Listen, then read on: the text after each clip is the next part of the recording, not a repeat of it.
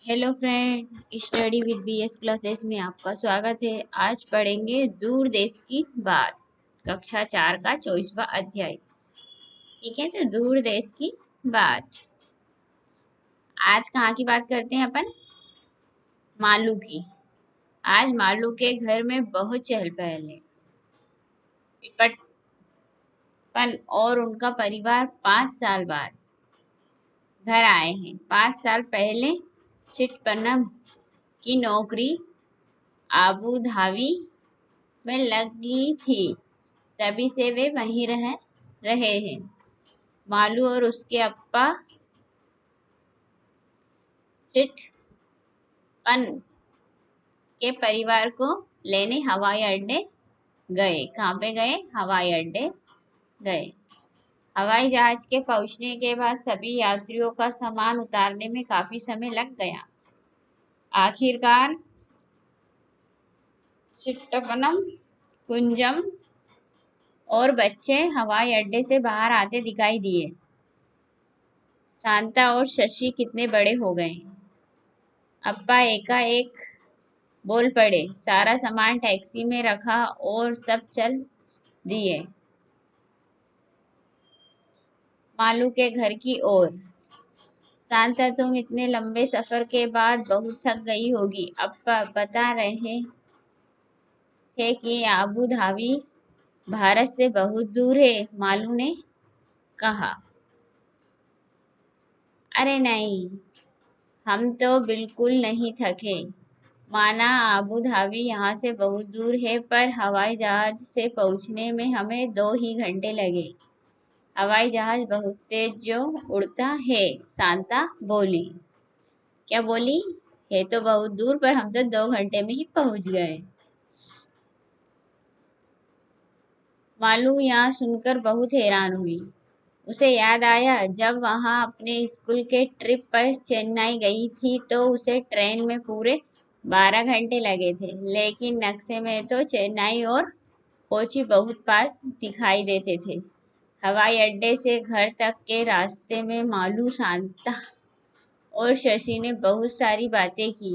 मालू को याद आया कि वहाँ जब अपने स्कूल के बच्चों के साथ ट्रिप पर गई थी तो उसे बहुत ही अच्छा लगा था। वहाँ शांता से भी पूरे सफर की बातें जानना चाहती थी।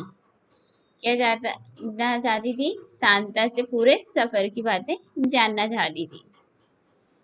तो रेत ही रेत। मालू ने पूछा, क्या तुम्हारे हवाई जहाज से बहुत ही मजेदार चीजें देखी? हाँ। तो शांता क्या कहती है? हाँ, ज्यादातर हवाई जहाज से बादल ही बादल दिखाई दिए, क्योंकि हवाई जहाज बादलों से बहुत ऊपर उड़ रहा था। इससे पहले कुछ समय तक तो नीचे रेत ही रेत दिखाई दी, पर रेत का रंग बदलता रहा, कभी सफेद, कभी भूरा, तो कभी पीला, लाल या काला। कभी कभी उन्हें रेत के पहाड़ भी दिखाई दिए। फिर नीचे जमीन दिखाई देनी बंद हो गई। शांता बोली, इन्हें रेत के टीले भी कहते हैं। शशि ने आगे कहा। क्या कहा? शशि ने आगे कहा, मैंने तो केवल समुद्र के किनारे ही रेत देखी है। मालू बोल पड़ी, तब तो तुम्हें आबू धाबी जरूर आना चाहिए। कहाँ पे आना चाहिए? आबू धाबी जरूर आना चाहिए। चिटप्पन बोले।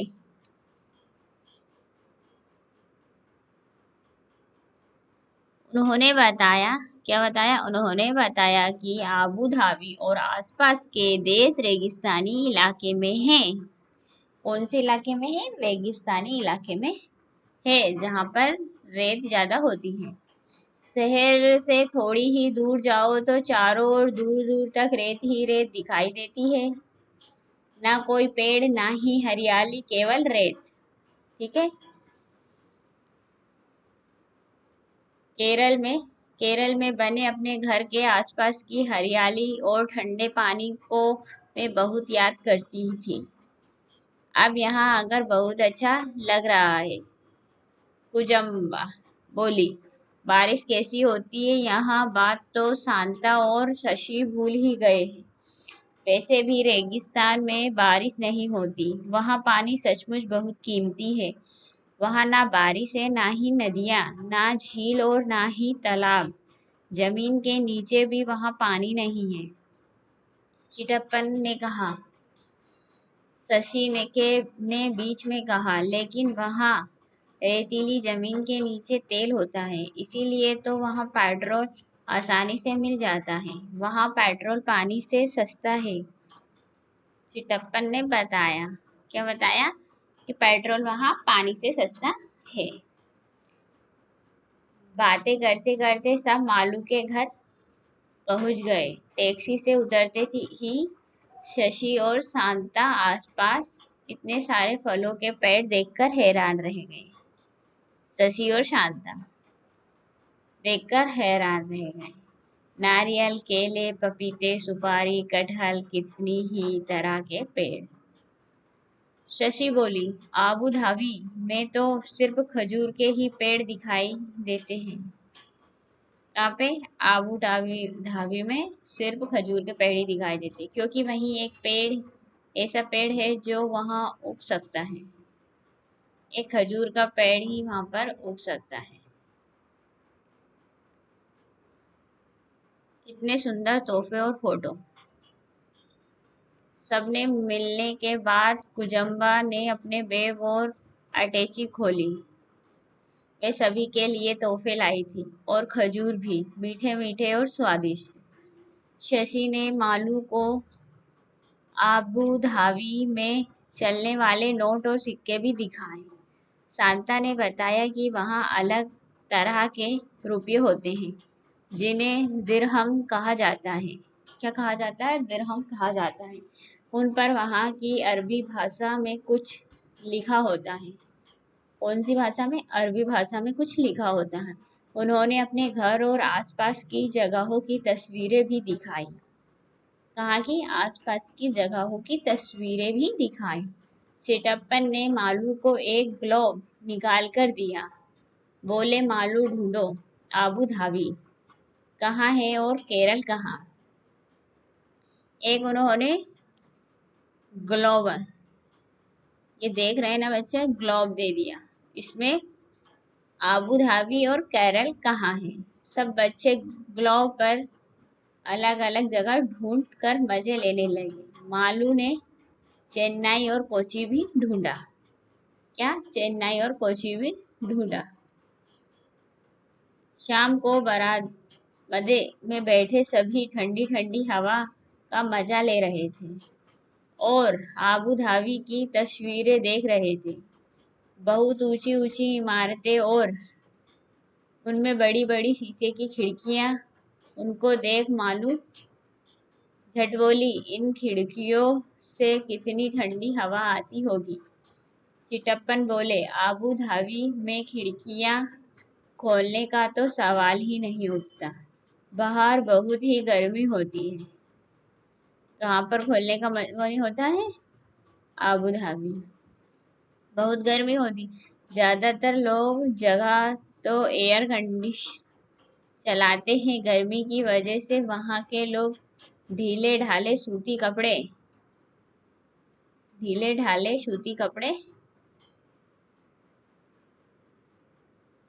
पहनते हैं और पूरा शरीर और सिर भी ढककर रखते हैं। इससे वे तेज धूप से बच जाते हैं, जैसे कि ये दिखाया गया है। ये सूती कपड़े पहन के रखा है और सिर भी ढके हुए हैं। ठीक है। अब क्या बता रहा है? मालू को वहाँ की तस्वीरें देखने में बहुत मजा आ रहा था। उसे कितनी सारी नई नई बातें भी सुनने को मिल रही थी। वह हर तस्वीर से अपनी शहर की तुलना भी कर रही थी। उसने सोच लिया कि अब आबू धाबी की एक रिपोर्ट भी अपनी कक्षा के लिए तैयार करेगी। कहाँ? वो अपने कक्षा के लिए भी तैयार करेगी। ठीक है। चर्चा करो और लिखो। तुम भी अपने शहर की तुलना आबू धाबी से करते हुए एक छोटी सी रिपोर्ट तैयार करो। उसमें तस्वीरें या चित्र बनाकर भी लगा सकते हो। अपनी रिपोर्ट में इन बातों के बारे में लिखना मत भूलना। ठीक है। तो क्या क्या है? जलवायु और मौसम, पेड़ पौधे, लोगों को पहनावा, इमारतें, सड़कों पर वाहन, भाषा, खान पान, इन सब के बारे में लिखना है। रेगिस्तानी इलाके में पेड़ पौधे कम क्यों होते हैं?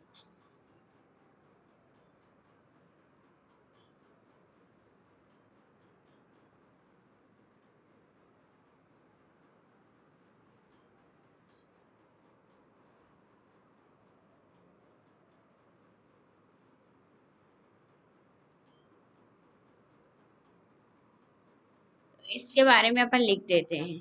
चलो नोटपैड पे।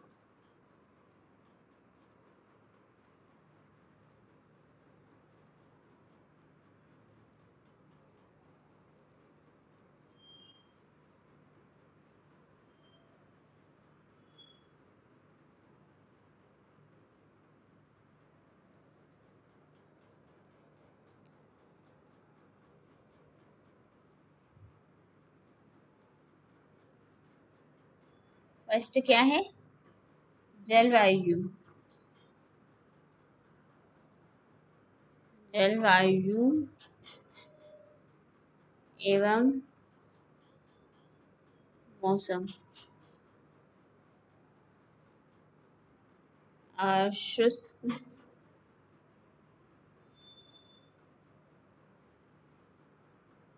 आबू धाबी और केरल। ठीक है। तो ये कहाँ पे होता है? शुष्क एवं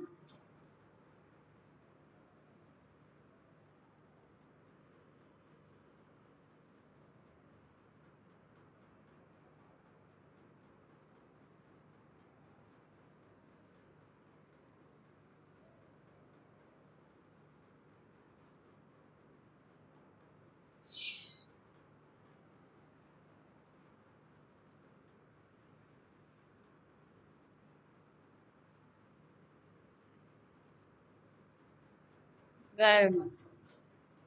ये कौन सा होता है? केरल गर्म एवं नमी युक्त होता है। नमी युक्त। ठीक है।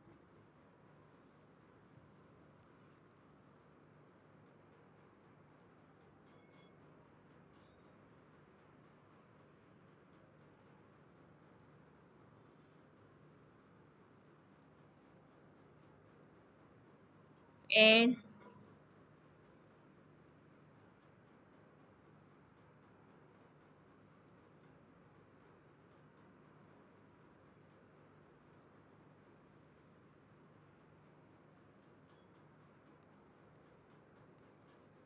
पेड़ पौधे होते हैं आबू धाबी में ओनली खजूर के होते हैं। और यहाँ नारियल एवं अन्य, नारियल एवं सभी के। ठीक है। और फिर क्या होते हैं? इमारतें। इमारतें कौन सी होती है यहाँ पर?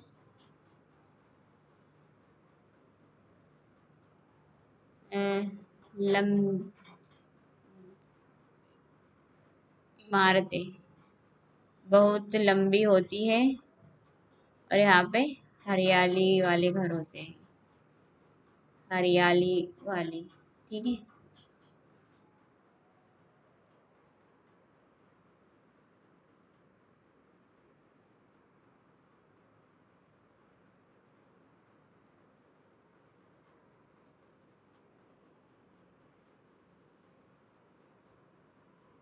खान पान, यहाँ पे खजूर, पराठे, मीट, बिरयानी, चिकन,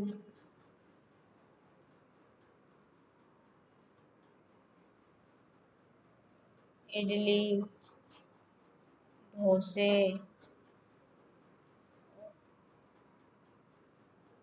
कम और मछली और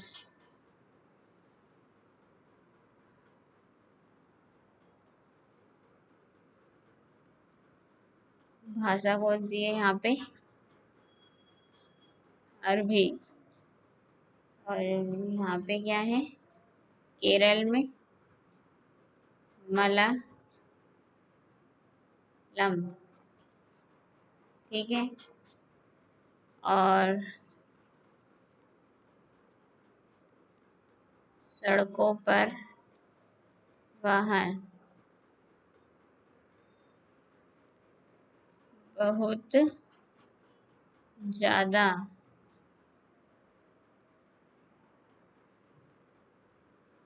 थोड़े कम। ठीक है।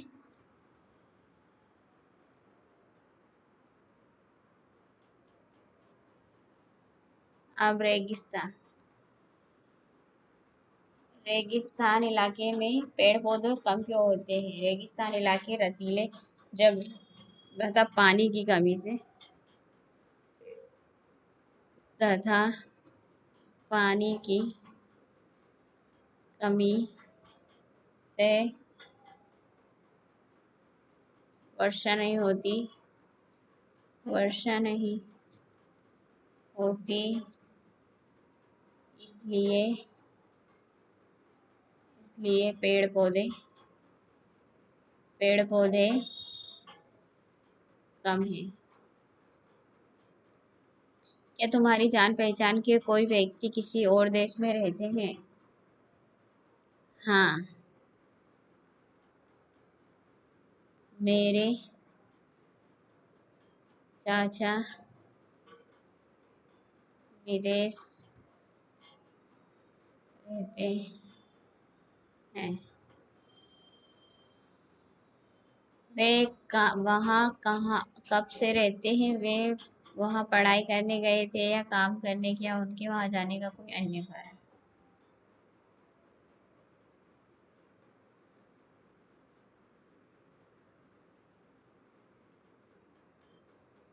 वे वहाँ 2 साल से गए पढ़ाई करने के लिए।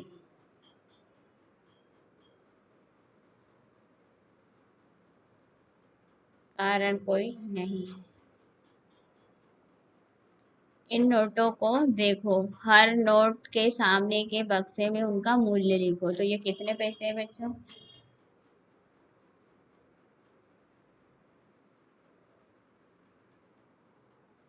10 रुपये।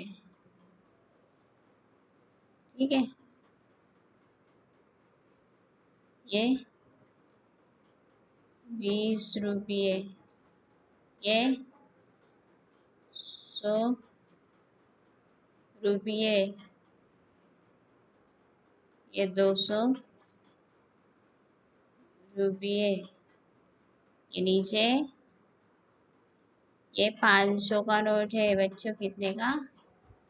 500 रुपये। ठीक है। तो आप इन सबको जानते ही हो।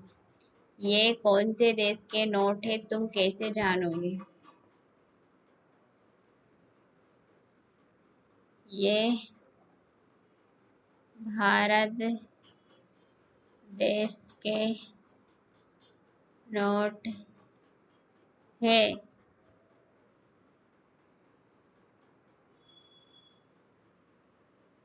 नोटों पर नोटों पर भारतीय रिजर्व बैंक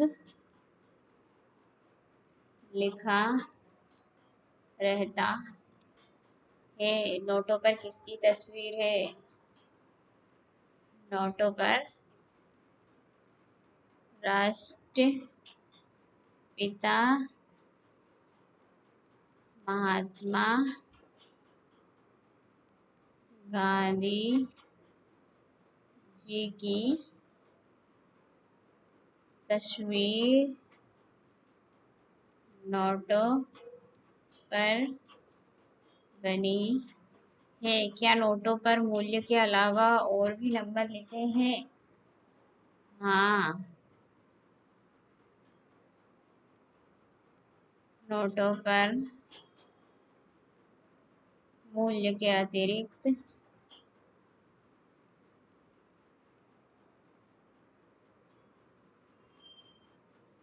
नोट के सीरियल नंबर भी लिखा है। क्या दो नोटों पर एक ही नंबर छपा हो सकता है? नहीं, दो नोटों पर एक ही नंबर छपा नहीं हो सकता है। एक 10 रुपये के नोट को ध्यान से देखो। इस पर लिखी कितनी भाषाओं को तुम पहचान सकते हो? इसमें मैं हिंदी, अंग्रेजी, संस्कृत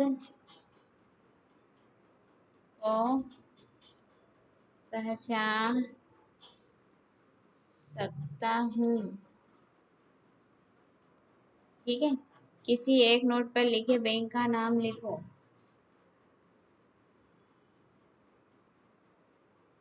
भारतीय रिजर्व बैंक। ठीक है। सिक्कों का मिलान करो। बच्चा किसका करना है? सिक्कों का।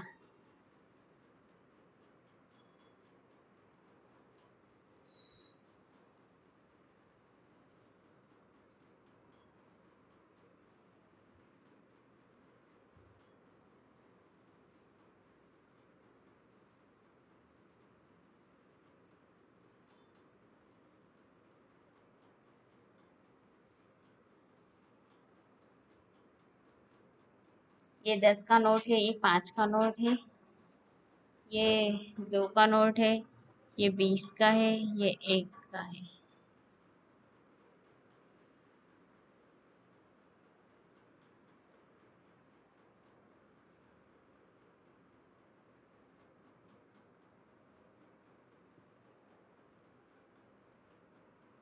इनमें से कितने सिक्के तुम पहचान सकते हो?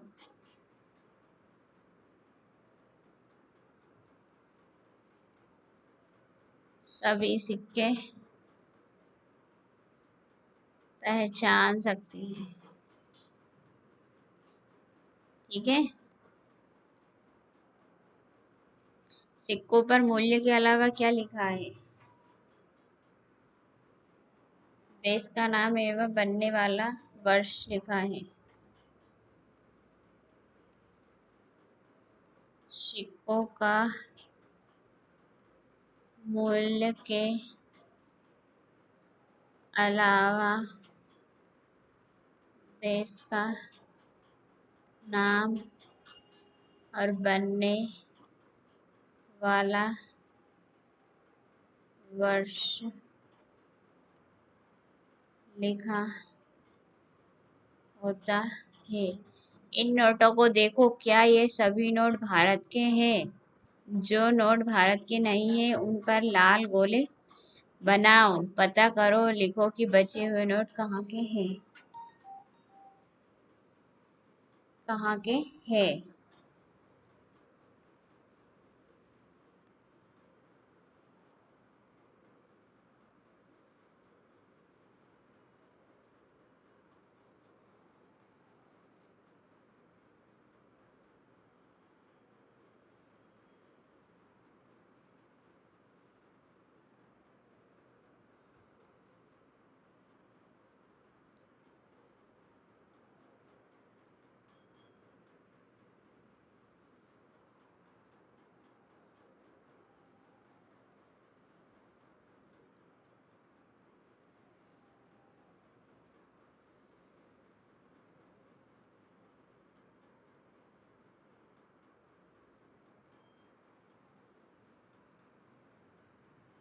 सभी नोट भारत के नहीं हैं।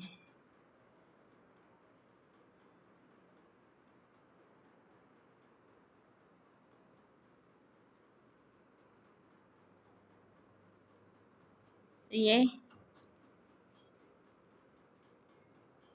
इंग्लैंड का है, ये भारत का है, ये अमेरिका का है, और ये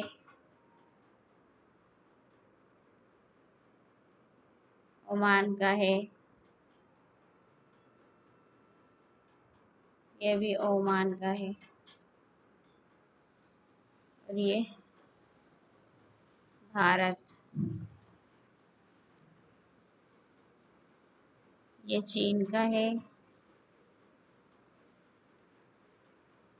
ओमान का है।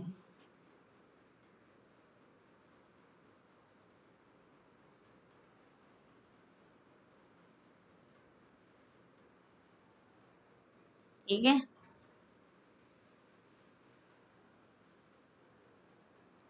तो बच्चों वीडियो यहीं समाप्त करते हैं।